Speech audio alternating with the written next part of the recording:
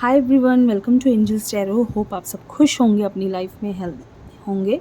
आज की जो हमारी रीडिंग है उसका टॉपिक है आपके पार्टनर के लिए और आपके लिए। आज हम करने वाले हैं लव गाइडेंस। कैसा है आप दोनों का रिश्ता, क्या चल रहा है इस वक्त आप दोनों के रिश्ते के बीच, ये सारी चीज़ें हम इस रीडिंग में डिस्कस करेंगे।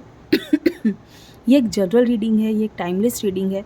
सभी ज़ोडिक साइन वालों के लिए है, सभी एज ग्रुप वालों के लिए है, मेल फीमेल सभी के लिए है। आप कभी भी इस रीडिंग को देखेंगे आप इससे रेजोनेट कर सकते हैं। एंड रीडिंग अगर आपसे रेजोनेट होती है तो चैनल को लाइक कीजिए एंड वीडियो को आप लाइक कर सकते हैं और कमेंट करके क्लेम कर सकते हैं, क्योंकि आपको ईश्वर को धन्यवाद देना ज़रूरी है। रीडिंग देखते हुए अपने पार्टनर के बारे में ज़रूर सोचें। एंड आप सबसे एक रिक्वेस्ट है, अगर आप पहली बार मेरे चैनल पे आए हैं या पहली बार वीडियो को देख रहे हैं तो प्लीज़ मेरे चैनल को सब्सक्राइब कर दीजिए एंड बेल आइकन को ज़रूर प्रेस कर दीजिए। ठीक है, तो चलिए कार्ड्स को हम करते हैं शफल एंड एंजल से करते हैं प्रे कि वो हमें सही गाइडेंस दें एंड हमें बताएं कि हमारे व्यूअर्स और उनके पार्टनर का रिश्ता इस वक्त कैसा चल रहा है। Divine timing, wow, it's divine timing. Second card is one-sided love, attraction, committed relationship, new doors opening, and love beliefs, and one more is twin flame is near. ये कार्ड्स हैं, ठीक है। सोलमेट का कार्ड है। तो ये हैं आपके कार्ड्स। देखिए, डिवाइन टाइमिंग है। आपका रिश्ता जो है, एक जब आपका रिश्ता बना ना, तो ये उस वक्त एक बहुत ही ज़्यादा, कहते हैं ना, डिवाइन टाइमिंग थी जब आप दोनों का रिश्ता स्टार्ट हुआ। इसलिए आपके रिश्ते को हम ये कह सकते हैं कि ये ईश्वर के द्वारा बनाया गया रिश्ता है। इस रिश्ते में ईश्वर की मर्जी शामिल थी क्योंकि डिवाइन टाइमिंग थी। लेकिन क्या हुआ, ऐसा क्या हुआ कि आप दोनों का जो अट्रैक्शन है वो कम हो गया। ऐसा फील होने लगा कि रिश्ते में कहीं ना कहीं कमी आ रही है। रिश्ते में कहीं ना कहीं कोई एक पर्सन जो है, शायद आपको ऐसा फील होने लगा कि वन साइडेड हो रहा है रिश्ता। आपकी तरफ से ज़्यादा अटेंशन दी जा रही थी, आपकी तरफ से ज़्यादा रिश्ते में एफ़र्ट्स किए जा रहे थे, आपकी तरफ से ज़्यादा, कहते ना, क्या कह सकते हैं कि एक पर्सन ज़्यादा झुक रहा था रिश्ते में। एक पर्सन ज़्यादा अपना वक्त दे रहा था और सामने वाले पर्सन की तरफ से उतनी ज़्यादा एफ़र्ट्स नहीं आ रहे थे, उतना ज़्यादा प्यार नहीं आ रहा था जितना आपकी तरफ से ज़्यादा था। तो वो कहीं ना कहीं आपको ऐसा फ़ील होने लगा था कि ये वन साइडेड हो रहा है। कि मुझे, कहते ना, जब आपको फ़ील हो जाता है, आप उस चीज़ को फ़ील करने लगते हो, जब किसी का, एक दोनों में से जब एक भी पर्सन की तरफ से कुछ हल्की सी भी कमी आती है ना, तो आपको पता चल जाता है कि यहाँ कमी थी, यहाँ इस पर्सन ने मुझे समझा नहीं। तो वो एकदम से आपको फ़ील हो जाएगा कि ये वन साइडेड हो रहा है, अट्रैक्शन कम हो रहा है। लेकिन देखिए, हम कह सकते हैं कि वो सामने वाले जो पर्सन है, मीन्स आपके जो पार्टनर हैं, उनको अंदर से कहीं ना कहीं ये चीज़ फीलिंग थी। उनको ये चीज़ों की फीलिंग है कि हाँ ठीक है, भले ही मैं वक्त नहीं दे पा रहा, भले ही मैं टाइम नहीं दे पा रहा, ये दे पा रही, लेकिन मेरा रिश्ता जो है ना वो प्योर है, वो मेरा है। कमिटेड मीन्स वो सिर्फ मेरा है, ये पर्सन मुझे छोड़ के कहीं नहीं जाने वाला। तो आपके पर्सन को ये चीज़ पूरा बिलीव है कि ये रिश्ता मेरा है। तो एक होता ना, हम थोड़ा सा फॉर ग्रांटेड हो जाते हैं, थोड़ा सा हम ना ईजी लेने लगते हैं उस चीज़ को। हम सोचते हैं कि कोई बात नहीं यार, ये मेरा रिश्ता है, ये मेरा प्यार है, अगर मैंने कम वक्त दिया या मेरी तरफ से कम एफर्ट्स जा रहे हैं तो वो समझ रही होगी, ये समझ रहा होगा। लेकिन क्या होता है कि एक लिमिट तक झुकने के बाद सामने वाले इंसान को फीलिंग आने लगती है कि अब मुझसे नहीं हो रहा है, वो बर्दाश्त नहीं कर पाता है। ठीक है, तो कई रास्ते खुलने लगते हैं, कई लोग इस चीज़ को समझने लगते हैं, देखने लगते हैं कि हाँ, जब उसको और भी रास्ते दिखने लगते हैं कि जब आपको एक तरफ से अटेंशन मिलना कम हो जाता है ना, जब आपको उस पर्सन से कम मिल रही होती है, अटेंशन कम मिल रही होती है ना, तब आपको ऐसा फील होने लगता है कि हाँ, और भी रास्ते हैं, मेरे पास और भी चीज़ें हैं। तो आपका ध्यान उन चीज़ों की तरफ जाने लगता है। मीन्स आपको ऐसा लगता है कि यार, ये इंसान मुझे इतना टाइम नहीं दे रहा, तो मैं अपने करियर के बारे में सोचूं, या मैं अपने फ्रेंड्स के साथ टाइम स्पेंड कर लूं, या मैं कहीं और चला जाऊं।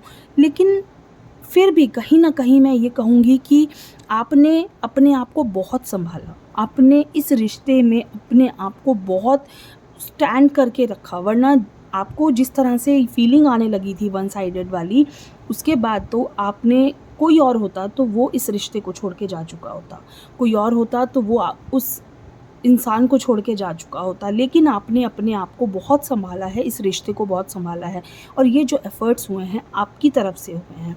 ये लव बिलीव्स हैं, ट्विन फ्लेम इज़ नियर, ये जो ट्विन फ्लेम है ना, ये सिर्फ़ आपकी वजह से आया है। वैसे मोस्टली क्या होता है ट्विन फ्लेम में, इंसान जो है ना, वो दोनों की तरफ से इतना ज़्यादा एक सोलमेट वाली फीलिंग आ जाती है, सोलमेट वाली चीज़ें हो जाती हैं कि रिश्ता ट्विन फ्लेम बहुत करीब आ जाता है।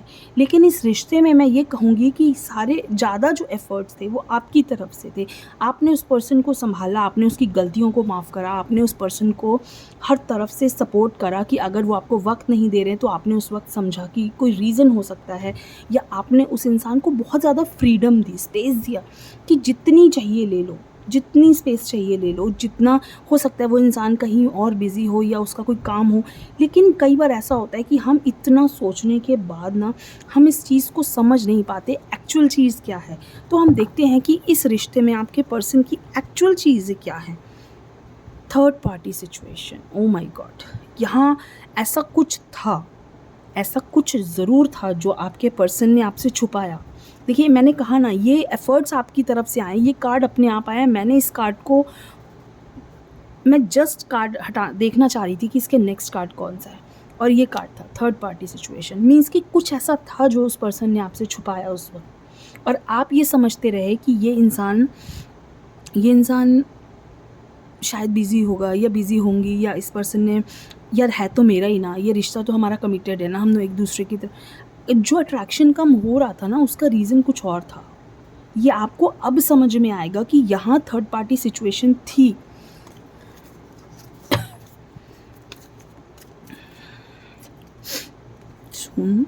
Okay, twin flame is not ready, twin flame is near and twin flame is not ready, separation, okay, pay attention to the science, balancing energies. देखिए, आपके पर्सन को किस चीज़ का डर लग रहा है? आपके पर्सन को सेपरेशन का डर लग रहा है। आपके पर्सन को ऐसा लग रहा है कि अब मेरा बुरा वक्त आने वाला है, कि अगर इस पर्सन को पता चल गया कि उस वक्त जब उसने मुझे इतना स्पेस दिया, इतना ज़्यादा मुझे फ्री छोड़ा, मुझे ऐसा सोचा कि हाँ मैं इसके साथ हूँ चाहे कोई भी कंडीशन हो, लेकिन आज मैंने उस इंसान को उस वक्त धोखा दिया। अब अगर उसे ये सब पता चल जाता है तो मैं क्या करूँगा या क्या करूँगी। उन्हें सेपरेशन का डर बहुत ज़्यादा सता रहा है, अंदर से खलबली मची हुई है, अंदर से बहुत घबराहट है, ठीक है। वो कोशिश कर रहे हैं, वो आपको देख रहे हैं, आप क्या कर रहे हो, आपकी हर एक साइन को वो समझने की कोशिश करते हैं कि कहीं कहते कुछ नहीं, कुछ बोलेंगे नहीं, लेकिन वो समझने की कोशिश कर रहे हैं। उन्हें डर है कि यहाँ चीज़ें ख़राब हो सकती हैं। तो देखिए, वो कोशिश कर रहे हैं आपको अपने पास रखने की, वो आपको अच्छे अच्छे मैसेजेस भेजेंगे, आपको बहुत अच्छी अच्छी कोशिश करेंगे खुश करने के लिए, लेकिन ये अब आप पे डिपेंड करता है ये अब आप पे डिपेंड करता है कि आपने इस रिश्ते को कैसे लेके चलना है। क्योंकि यहाँ जो सिचुएशन आपको दिख गई, उस वक्त उस पर्सन की क्या सोच थी, उस पर्सन की क्या कंडीशन थी, उन्होंने क्यों आपसे उस वक्त वन साइड एक कहते हैं ना अट्रैक्शन कम हुआ, उस वक्त क्या रीज़न था। रिश्ता बना बहुत खूबसूरत था, जिस वक्त बना सब कुछ अच्छा चल रहा था, फिर उन्हें थर्ड पर्सन की ज़रूरत क्यों पड़ी? क्या वो रीज़न था जिसकी वजह से उन्हें इसकी ज़रूरत पड़ी थर्ड पर्सन की? क्या आपसे उनको वो सब नहीं मिला जो उन्हें चाहिए था, जो उन्हें प्यार चाहिए था, जो सपोर्ट चाहिए था, जो सब कुछ चाहिए था? उन्होंने एक तीसरे इंसान के लिए उस चीज़ को पीछे छोड़ दिया, उस रिश्ते को पीछे कर दिया। अब किस बात का डर है? अब क्यों कोशिश कर रहे हैं बैलेंस करने की हर चीज़ को? फियर ऑफ कमिंग टुगेदर, पास आने का डर क्यों लग रहा है? क्या रीज़न है? सेल्फ़ रिस्पेक्ट, क्योंकि आपकी सेल्फ़ रिस्पेक्ट दिख रही है ना।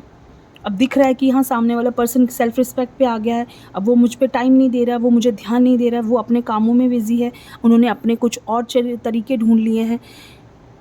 हो जाएगा, यूनियन कार्ड आ गया, इट मीन्स कि यूनियन हो जाएगा, सब कुछ ठीक हो जाएगा। लेकिन प्लीज़ प्लीज़ प्लीज़ कोशिश कीजिए कि अपने पार्टनर को इतना चीट मत कीजिए कि आगे इन चीज़ों को लेकर रिश्ते पे इतना असर आ जाए कि आप साथ होकर भी साथ ना हो।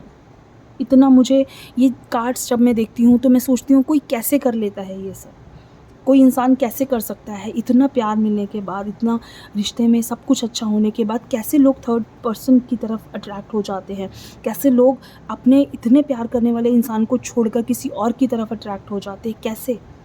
कितना ईज़ी होता है आपके लिए, और जो इंसान आपसे अटैच्ड है, जो इंसान आपके पास है, जो आपसे इतना प्यार करता है, आपको उसकी बिल्कुल फीलिंग समझ में नहीं आती कि वो इंसान किस तरह से टूट जाएगा। वो इंसान अंदर से कितना उसे दुःख होगा कि मैंने इतना प्यार दिया और उसके बाद मेरे प्यार में कहाँ कमी थी।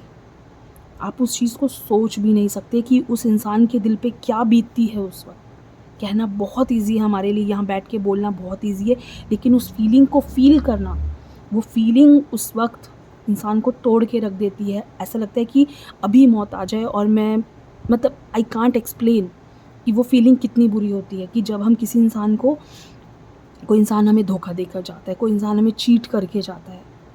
वो उस वक़्त इंसान, ज़िंदा इंसान भी एक लाश के समान होता है, ठीक है? इसलिए मत करा करो यार, किसी को इतने धोखे मत दिया करो, किसी को चीट मत किया करो कि वो इंसान के दिल से, चाहे वो मुँह से कुछ ना बोले, क्योंकि वो इंसान आपसे इतना प्यार करती है या करता है कि वो मुँह से कुछ नहीं कहेगा कभी आपको, लेकिन उसके दिल, जो उसका रोना होता है ना, जो उसका दिल दुखा होता है, जो बद्दुआएँ निकलती हैं, इंसान सारी ज़िंदगी उन चीज़ों को लेकर खुश नहीं रह पाओगे आप कभी भी। अगर आप किसी को चीट करते हो, अगर आप किसी को दुःख देते हो, उसका दिल दुखाते हो, भरोसा तोड़ते हो, तो आप कभी भी, चाहे आप कितने भी रिलेशनशिप में चले जाओ, लेकिन खुश नहीं रह पाओगे।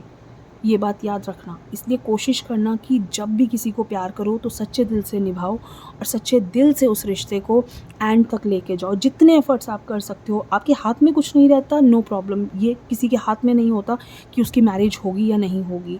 ये किस्मत पे होता है कि हाँ, हो जाए मैरिज तो बहुत अच्छी बात है, लेकिन अगर नहीं होती, एटलीस्ट आपके एफ़र्ट्स तो आए, आपने कोशिश तो की। लेकिन अगर जानबूझ के करो, वो चीज़ सही नहीं है। तो सॉरी अगर मेरी बात किसी को बुरी लगे, तो उसके लिए आई एम रियली सॉरी। लेकिन ये एक छोटी-सी रीडिंग आप सबके लिए, शायद किसी का मन बदल जाए किसी के लिए, और चाहकर भी दूर ना जाएँ, पास आ जाएँ। जितने भी दूर हैं लोग, जितने भी एक-दूसरे से मिलने के लिए तड़प रहे हैं, वो सब पास आ जाएँ और सब खुश हो जाएँ। मैं ईश्वर से यही प्रे करती हूँ कि जितने भी लोग इस वक़्त नो कॉन्टैक्ट सिचुएशन में हैं, उनका ब्रेकअप हो चुका है और वो फिर से मिलना चाहते हैं, तो ईश्वर उन्हें ज़रूर मिला दें। Thank you so much. खुश रहिए।